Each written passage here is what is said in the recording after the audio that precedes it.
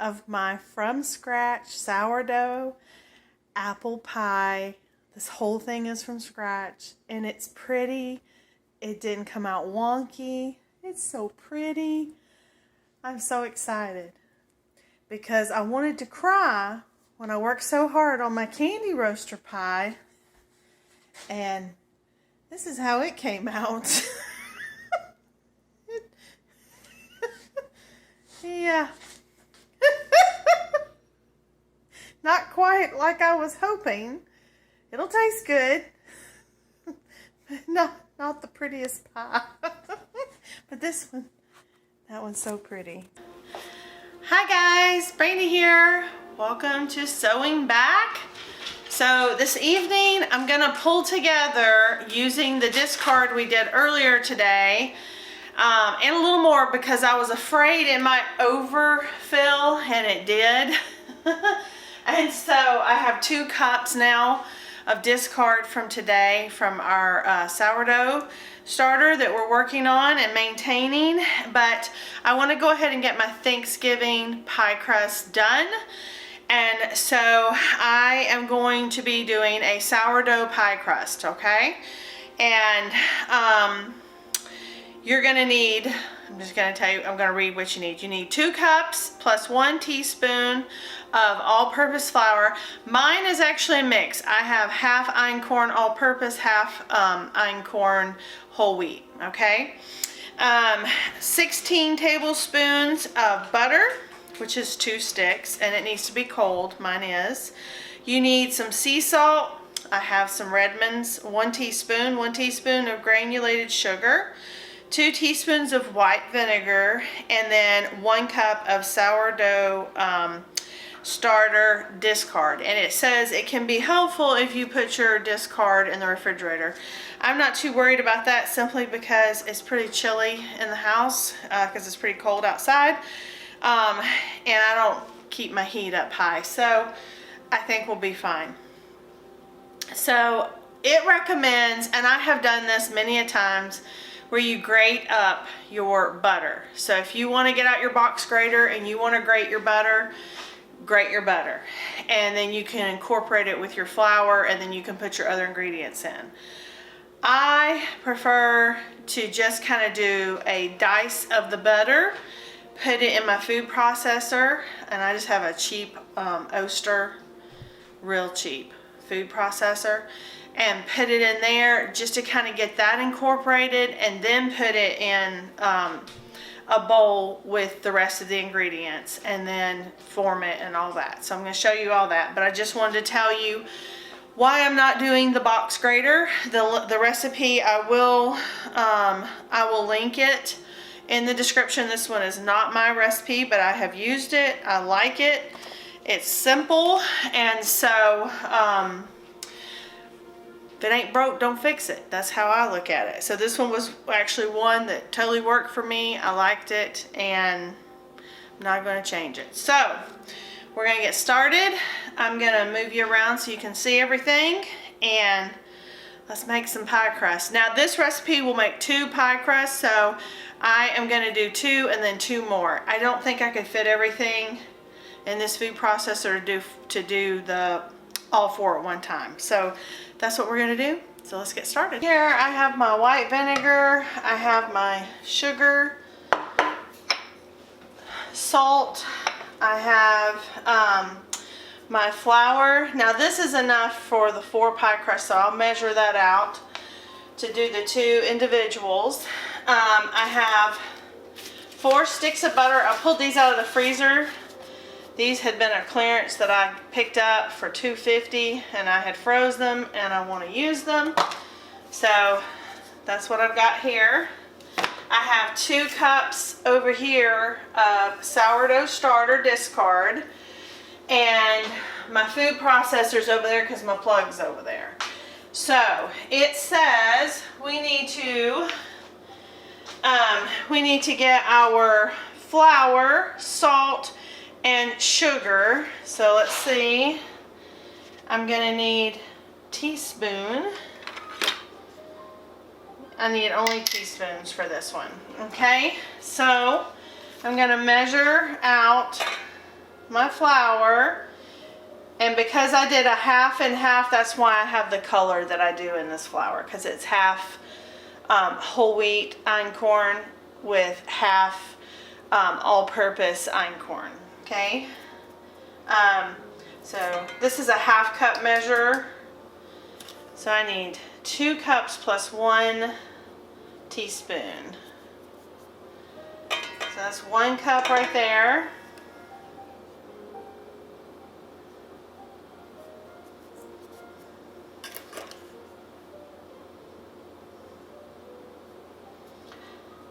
Alright, so that's 2 cups. I'm going to use my teaspoon. Alright.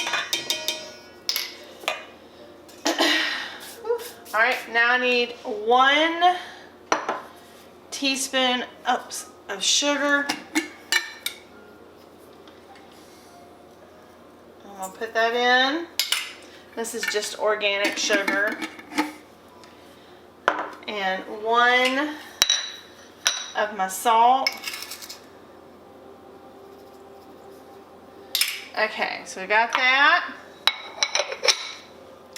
Then we're gonna, I'm gonna have a little whisk here, and I just want to incorporate the flour with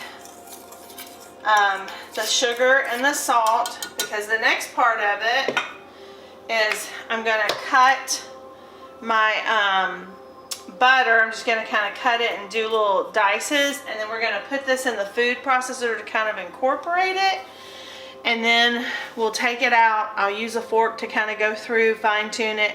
We will put in our vinegar and our discard at that point. So I need a cutting board. I don't cut on my counter. I don't think that's good for your knives, and it's not good. It'll scratch your counter, so. Alright, so I'm gonna open this up. So 8 tablespoons is in 1 stick of butter, so you need 2 sticks, which essentially means you have 1 stick of butter in each pie crust, since this makes 2. And the reason you want this pretty cold is so it's not a melty mess when you're trying to incorporate.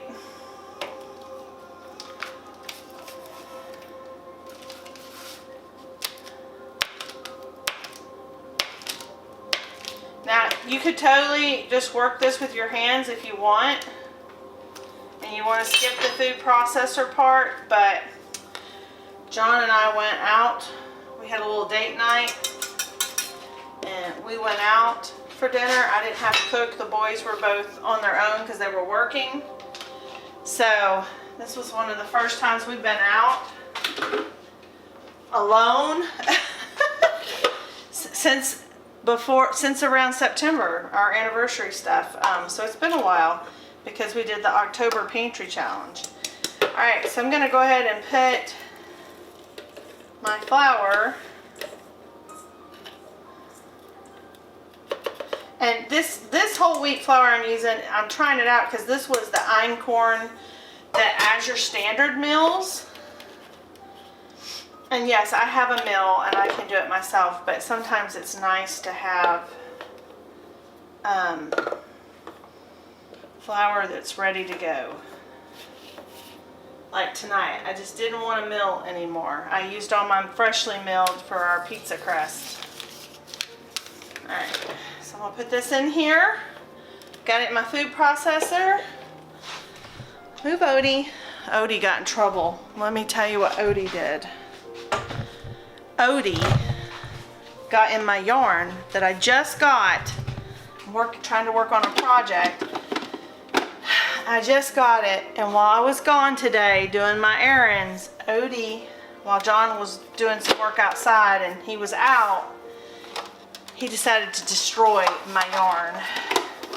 John said he came in, it was like a crime scene. But I was able to go back out to Hobby Lobby when we were going out to dinner and pick up the colors he ate. And he didn't eat them, he didn't swallow them, he just destroyed them. And so he's kind of been in the doghouse. Get away from there, Odie. All right, so I'm gonna go ahead, I'm gonna just kind of blend this, pulse it.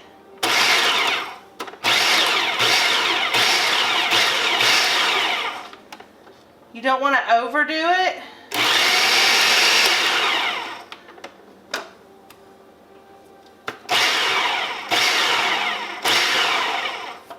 Let's see. You just want enough of the bits and pieces broken up. It just saves a little time. That's it. Okay. Don't walk and chew gum at the same time. You ever heard that? That's me. Because I forget stuff. So I was talking to y'all, telling you about my naughty dog, and I didn't cut the other stick of butter. I wondered why that went so fast. So I'm going to cut this up, and I'm going to blend it up, and then we'll incorporate the other stuff. There we go. All right. And you may be thinking, why aren't you putting ice water in this? Well, because you're going to have plenty of liquid from your sourdough starter. So you don't need that. We do need to put in our white vinegar. And this one gets 2 teaspoons. Yeah, 2 teaspoons of white vinegar.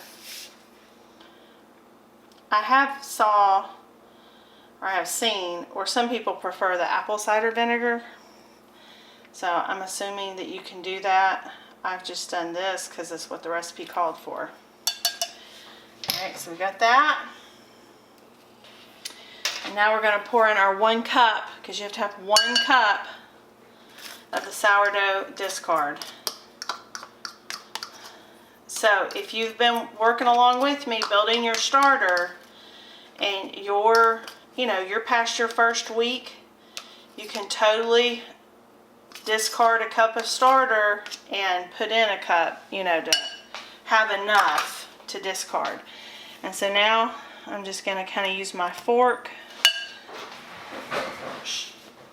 and I'm going to incorporate this. The one thing about pie crust, you don't really want to overwork it. So you just kind of want to get that incorporated in your bowl, and then I'm going to get a piece of parchment and just try to shape it so I can cut it in half and get 2 discs. And I'm going to show you that, but let me get my parchment before I get my hands dirty. Okay, so you can see I got my parchment paper here. That's going to be for my next recipe. And all I want to do is get this out, and I have a bench scraper for when I cut my dough in half. So I'm going to get it off the fork. I got these little things from Azure. No, these came from Pampered Chef. I got some other ones from Azure. These things are quite handy when you are scraping to get your dough out.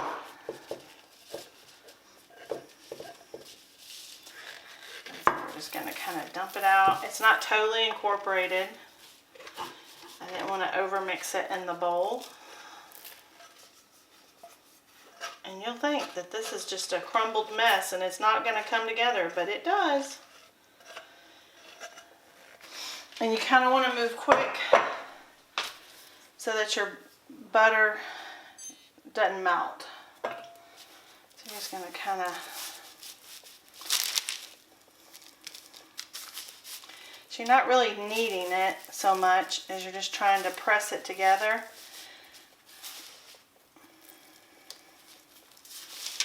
But it is going to be a little wet because you're using that sourdough starter. Because if you think about it, if you do it with the ice cube water, like you just put a few drops in, and a cup of sourdough starter is, it's kind of moist. So I'm also using an ancient grain, einkorn, and some of the ancient grains, the water ratio is a little bit different. You have to kind of get used to it. So let's see.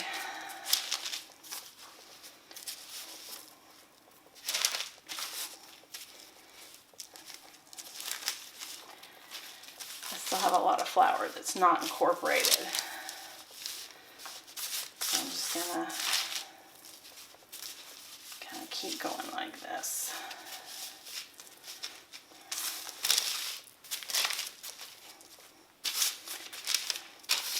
See all the butter pieces. Now some people prefer lard. Some people like to use coconut oil. You can totally use those fats if that's what you want. I prefer butter crust. I like it.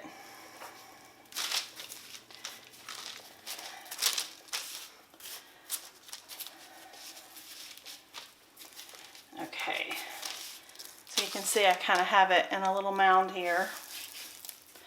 And this is when this comes in handy. I'm just going to kind of eyeball it. And then I'm going to kind of just put these two together. And then take some saran wrap and just wrap them up. I'm trying to get all these little bits and pieces. I actually think this one might have done okay to put a little water. I think it's because it's the whole wheat. Einkorn is different than kamut. And her recipe called for all purpose for all of it, and I mixed it. So yours probably, if you use all purpose, you will not have as much crumbliness. So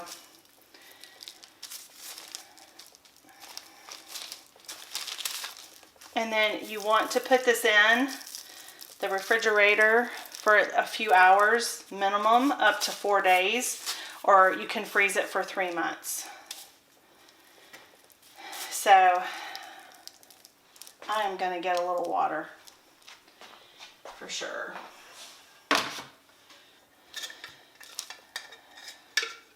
It doesn't have to be perfect. Give a few drops. Just a few drops. That's enough. Let's see. Hold on. A few drops. There's no way that did anything. It does. And if you give too much, then it's a mess. Okay, here. Put it on this one. A couple drops. Another drop. I did. It went on the side. Drops. See how crumbly that is? That's good. Okay, that's it. Sure. Yep. And oh, can you get that saran wrap over there? Can you cut a piece? So you see by adding that water. This fresh seal stuff? Yeah. By adding that water. No, I don't. It doesn't need to be too big.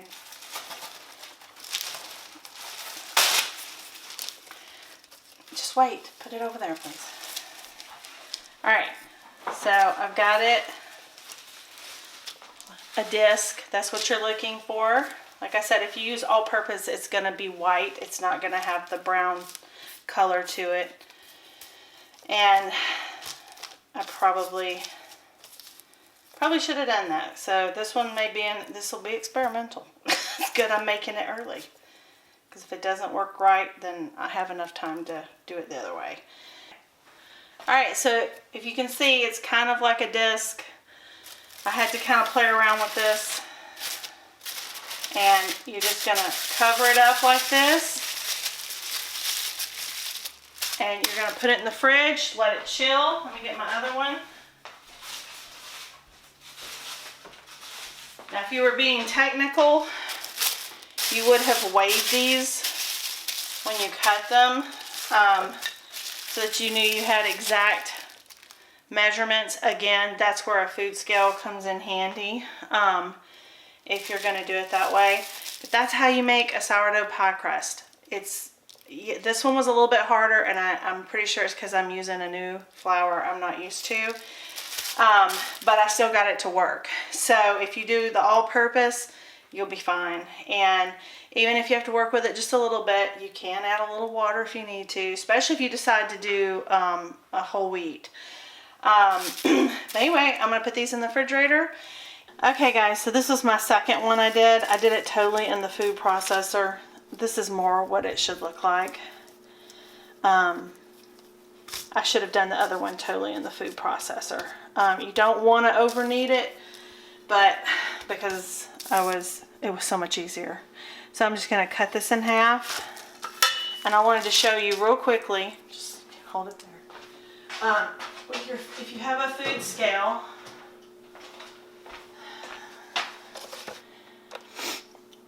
you can weigh it, and I'm just going to use my butter wrapper here.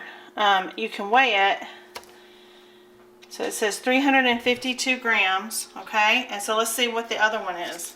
My guess is it's not going to be 352. That one is 390. So see how that's going to be a bigger crust. If I would have, I don't want to tear it apart, but if you do it more precisely, I should have weighed it before I cut it so I had a better idea of how much weight I had on this. It's not going to matter that much for my pie crust, but just showing you why when you have a scale, precision matters when you bake. So all I'm going to do is kind of just make these into like a disc, and I'm going to put them in the saran wrap. See how much easier this is? And put it in the refrigerator. I'm not going to be cooking these tonight. I will probably make pies on Tuesday, maybe Monday or Tuesday, but I'm thinking probably Tuesday. Yeah, I can see that this one's bigger, but that's okay. So I'm just going to put these in the saran wrap, put them in the fridge, and they'll be ready for me when I need them. So I just wanted to show you the way it should have looked.